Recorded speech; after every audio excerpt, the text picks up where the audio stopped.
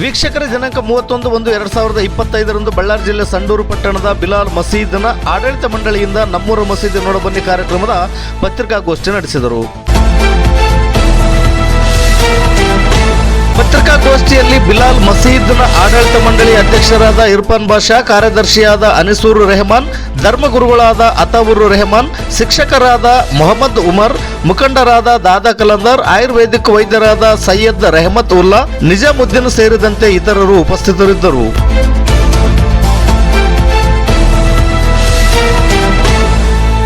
ವರದಿಗಾರರು K K Mehboob Pasha. ಇದು Garuda news. ನಾನು ಮಲ್ಲೇಶ್ ಕಮತೂರು.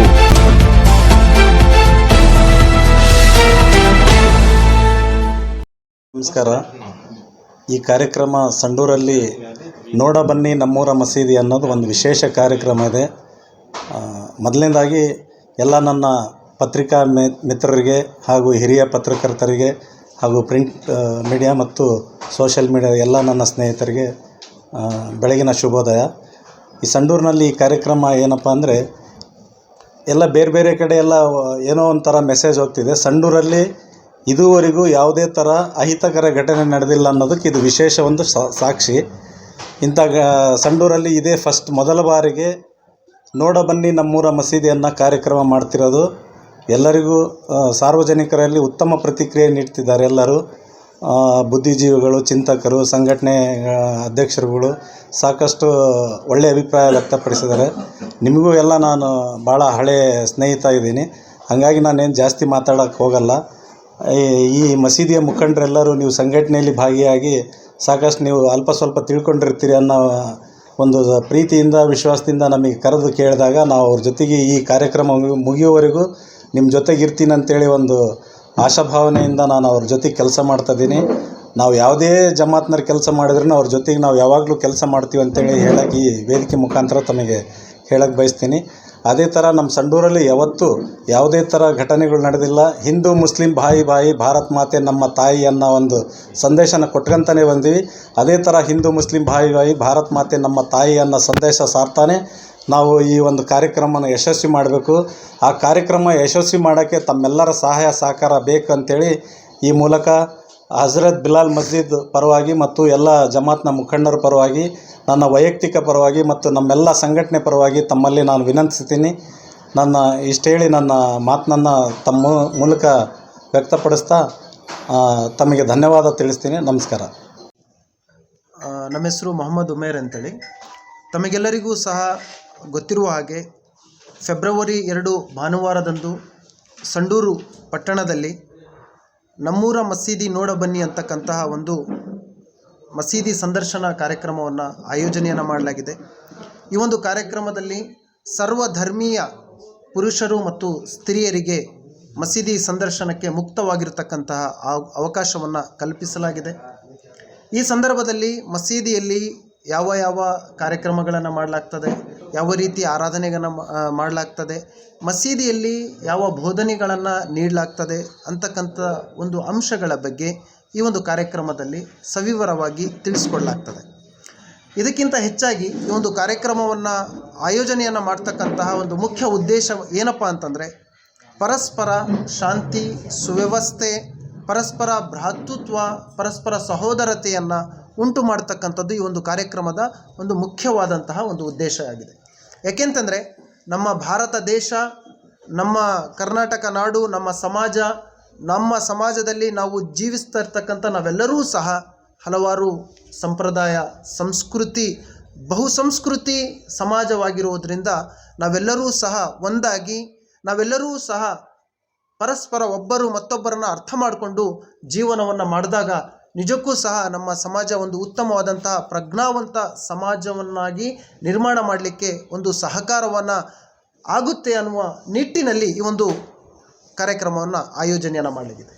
ಎರಡನೆಯದಾದಂತಹ ಒಂದು ಉದ್ದೇಶ ಏನಪ್ಪ ಅಂತಂದರೆ, ತಮಗೆಲ್ಲರಿಗೂ ಸಹ ತಿಳಿದಿರುವ ಹಾಗೆ ಹಲವಾರು ತಪ್ಪು ಕಲ್ಪನೆಗಳಿದ್ದಾವೆ. ಮಸೀದಿಯಲ್ಲಿ ಏನು ಮಾಡಲಾಗ್ತಿದೆಯೋ, ಯಾವ ಬೋಧನೆಯನ್ನು ನೀಡಲಾಗ್ತಾ ಇದೆಯೋ, ಈ ರೀತಿಯಾಗಿಯೂ ಸಹ ಹಲವಾರು ನಮ್ಮ ಸಮಾಜದಲ್ಲಿರ್ತಕ್ಕಂತಹ ಅನ್ಯ ಧರ್ಮೀಯ ಸಹೋದರರಲ್ಲಿ ಈ ರೀತಿಯಾದಂಥ ತಪ್ಪು ಕಲ್ಪನೆಗಳನ್ನು ನಾವು ಕಾಣ್ತೇವೆ.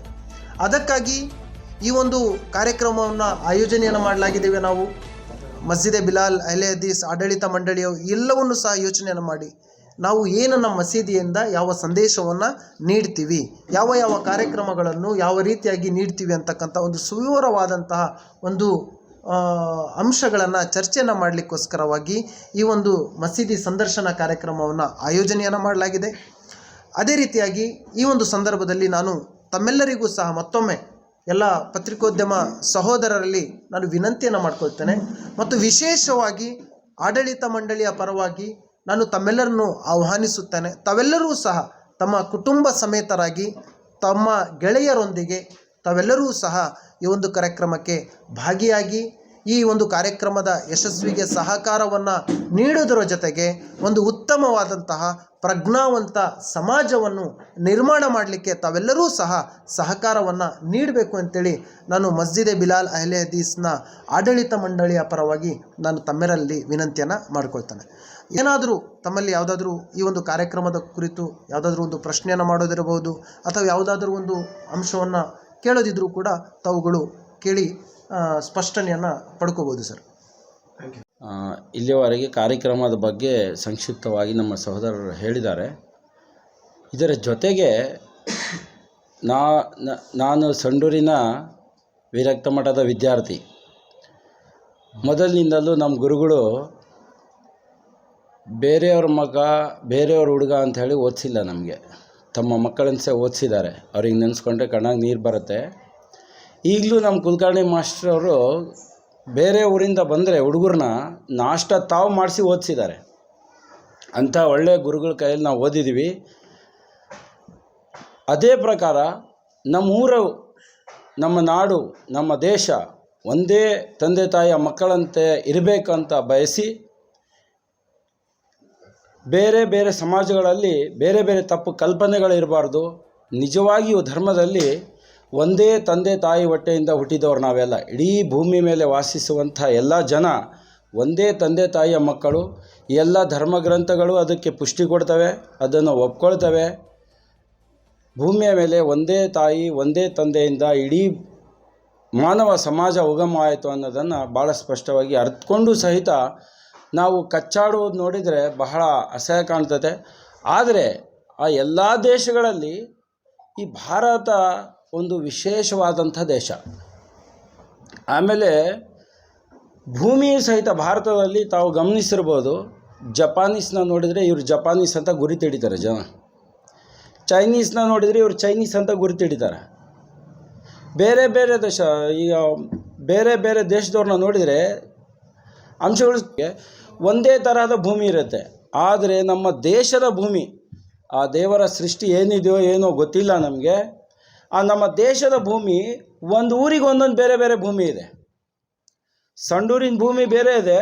ನಮ್ಮ ತಾರಾನಗರ ದಾಟಿದ ಮೇಲೆ 10 ಕಿಲೋಮೀಟ್ರಲ್ಲಿ ಭೂಮಿ ಬೇರೆ ಸಿಗುತ್ತೆ. ಯಶವಂತ ನಗರ ದಾಟಿದ ಮೇಲೆ ಭೂಮಿ ಬೇರೆ ಸಿಗುತ್ತೆ. ಕೂಡ್ಲಿಗಿ ದಾಟಿದರೆ ಭೂಮಿ ಬೇರೆ ಸಿಗುತ್ತೆ. ಕೊಪ್ಪಳಕ್ಕೆ ಬೇರೆ ಇದೆ, ಹುಬ್ಳಿಗೆ ಬೇರೆ ಇದೆ, ಬೆಂಗಳೂರಿಗೆ ಬೇರೆ ಇದೆ. ಬೇರೆ ಬೇರೆ ತರಹದ ಭೂಮಿ, ನೆಲವೂ ಸಹಿತ ಇದರ ಜೊತೆಗೆ ನಮ್ಮ ಮನಸ್ಸಿನಲ್ಲಿರುವಂಥ ಭಿನ್ನಾಭಿಪ್ರಾಯಗಳು ಇಲ್ಲ ತಪ್ಪು ಕಲ್ಪನೆಗಳನ್ನು ದೂರ ಆಗಿ ನಾವೆಲ್ಲರೂ ಬೇರೆ ಯಾವುದೇ ಸಮಾಜದಲ್ಲಿರುವುದು ನಾವು ಮಾನವೀಯರು, ನಾವು ಮಾನವ ಧರ್ಮೀಯರು ಅನ್ನುವಂಥ ಭಾವನೆ ನಮ್ಮಲ್ಲಿ ಬರಬೇಕನ್ನುವಂಥ ಸ್ಪಷ್ಟವಾದಂಥ ಉದ್ದೇಶದಿಂದ ಈ ಕಾರ್ಯಕ್ರಮವನ್ನು ನಾವು ಹಮ್ಮಿಕೊಂಡಿದ್ದೀವಿ.